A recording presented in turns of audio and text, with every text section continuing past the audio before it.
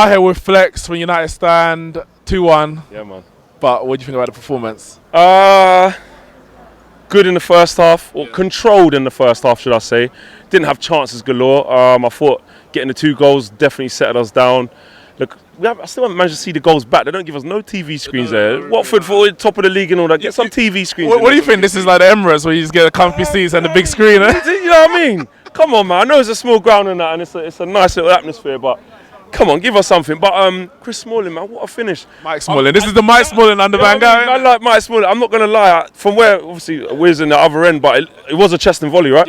Yeah, so brilliant. But second half, man, it's like, it goes back to that same old thing. We just never seem to play well for 90 minutes. But that's the thing. Sometimes we get an early goal or score first, as we did today, and then we regress, or we concede first, and then we start playing football. Yeah. Why can't we have that? Someone said it's the style of play, there's no philosophy. We just can't seem to overnight. I think it's because of the way that we play. We don't play with moments of sustained, well, I say moment, we don't play with sustained pressure. Yeah. We don't pen teams in. We don't keep them in for long periods. Yeah. We play in patches, and we rely on little bits of individual brilliance. And don't get me wrong, people can say, well, that's what the players are there for. That's why you buy Sanchez.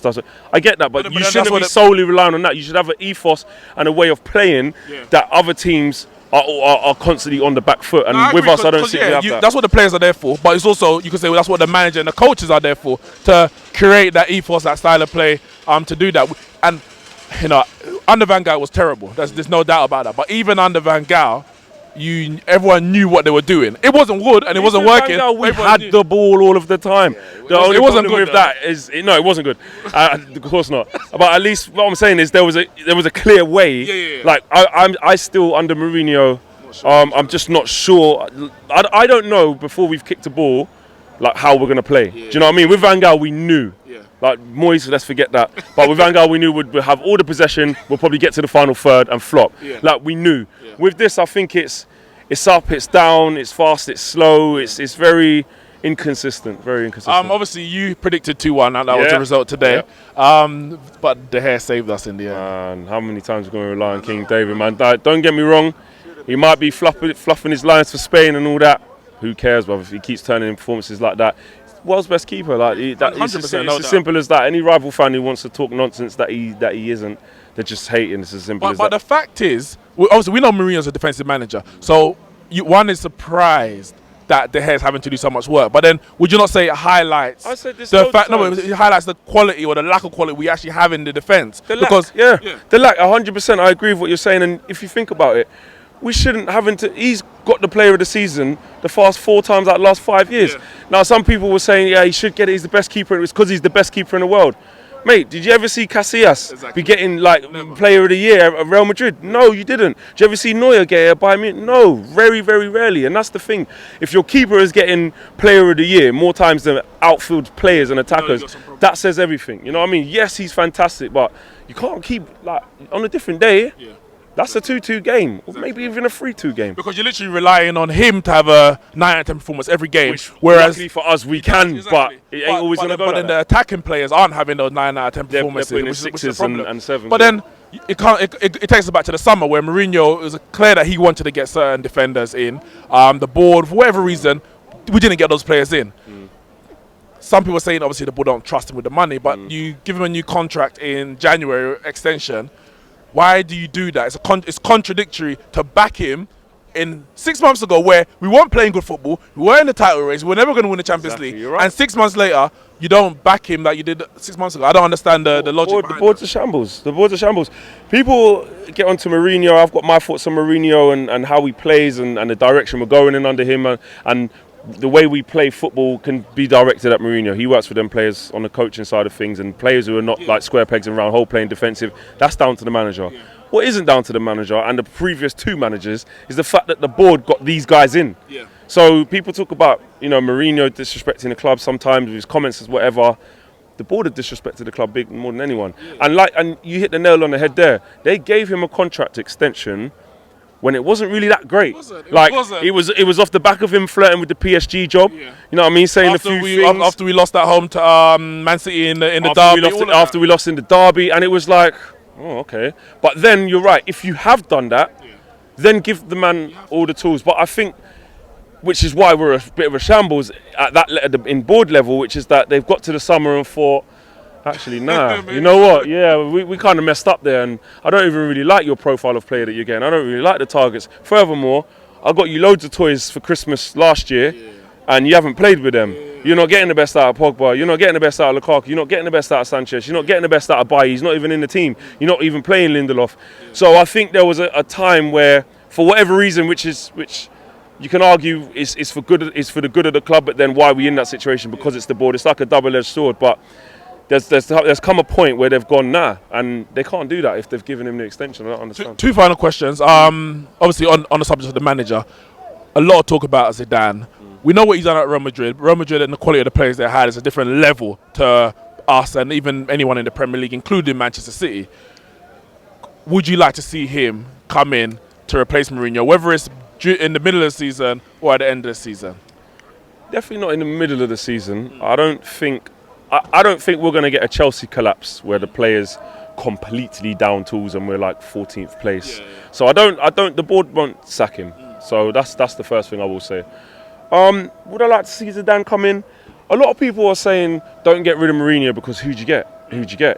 And I just think with that analogy, it's kind of like, well, we'll just settle then. Because those same fans are people who are actually unhappy with what's going on, but they're like, but I'll just stick with it out of fear of. Some of the like when Arsenal going through their problems, be careful what you wish for. Yeah, but you don't wish for this. Do you know what I mean? So I think to get change, you have to impact change, innit? You have to try. Yes, it's not about sacking managers every minute, but he's had 3 years, and we don't look that much better. So yes, I think he stabilised us. I think we're better than when he came in. I agree with that. But has he kicked us on as far as we could have? Yes, there's other factors. Can he take us? And can he? I'm not so sure. I don't believe he can. So, back to your question though, with Zidane, with that, I think what that would bring is attacking football. You know, you only have to think of like what Pogba and Martial would be like under someone like Zidane, and the younger players and stuff like that. But it's not guaranteed. It's not guaranteed. Don't get me wrong. He won the Champions League 3 times in a row, which is no manager's ever done it. He broke his own record after doing it twice in a row. But in the league, he fell short, and he had players way better than us. So there's no guarantee, but it would be a kind of positive move. Okay, and finally on the subject of progression, Rashford. Now we know he got 2 goals over the international break. Jamie Carragher came out and said he needs to leave Man United if he's going to become a world-class player.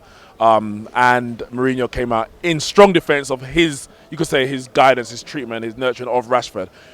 I've seen what you said about. Well, the question you put out was, has he improved? So I'm going to ask you: do you think Rashford has improved under Mourinho, and is he at the right club or under the right manager to progress and become the player that his talent shows? Mourinho is a very calculated man. He come with all the minutes, all the facts, and he's right. But like you did say, that just begs the question of, okay, Joseph, he's got all them minutes under you, and you've given him played in the match. He's in the match day squad all the time, and all this. Why does he not look that much better than when he was... Now, yes, he's young, 20 years of age, I get that. But I don't think he's progressed at the rate that he should. And in comparison to some of his peers, you might say Sterling, Sane, for example. There you go, that's down to coaching. It's down to the system, it's down to the environment he's in. There's also a little bit about Rashford where I love that he's a local boy. I love that he's in the squad and all that. But we do hype him up a little bit too much, in my opinion. I don't think he's as good as people think he is now. Put like this: the question Carragher said, he said he needs to leave if he is to become world class. Do you think he actually can become world class? I'm gonna say I don't. I think he can become a very good player. Someone like Martial, I can say yes. I think he can become world class. I haven't seen that from Rashford to say he can become world class. His finishing is always a few short. Like sometimes he looks a bit clueless, and those things are down to his age as well. But you know, it's hard because if you don't really want to compare him to someone like Mbappe because he's a different kettle of fish, and I think that's where the difficulty comes. But that just proves, though, you're either very good and you've got it and you're going to be world class, or you might not. And I don't think he'll be world class. No, I think he'll be very good. I think he's a very good squad player. And for me, very good is and he'd have a very good career at Man United. Exactly. Solskjaer was that. Do you know what I'm saying? There's no disgrace in being a bench player for Man United, and some people think there is. I just think under Mourinho, he's never going to play up front. He's never going to displace Lukaku. And you think that's his natural position? Because he didn't play there in his the reserves and under. Do you know what? In a 2, if he was up front in a 2, I think he could play there. If he played up front with a Martial, or if he played up front even with a Lukaku running in behind, up front I've seen him far too many times up front by himself. And the way we play as well, we don't really thread balls through and play at a quick enough pace to get him in behind. But he has struggled, he has looked lost. And again, his finishing lets him down. I know people talk about youth level and stuff like that. I'm gonna lie, I don't really care. Like, do you know what I mean? Some people say, oh, if you would have watched him at youth level, you know he's a wicked striker. This is men's football now, bro. This is a Premier League. Like, you need to be on Aguero's level, you need to be on Kane's level, you need to be bagging like 1 out of 2 chances minimum. Do you know what I mean? So I don't care about what he did in the under 18s because that isn't what it is, especially under Jose. So I think in our system, his best place is on the wing, maybe the right. I do see that. Right, obviously, definitely left, but I think even on the right side, we definitely need someone there. And we need someone there, but we don't play with any natural width, man. You know what I mean? All right, then. Thank you very much, Flex. Make sure you check out United Stand for all their fan cams from today. 2-1 here to Manchester United at Vicarage Road. 3 wins out of 5 this season. Watford, still a very good start, 4 out of 5, but they've lost their 100% record. Check out all our other fan cams from today's match here, and we'll see you soon.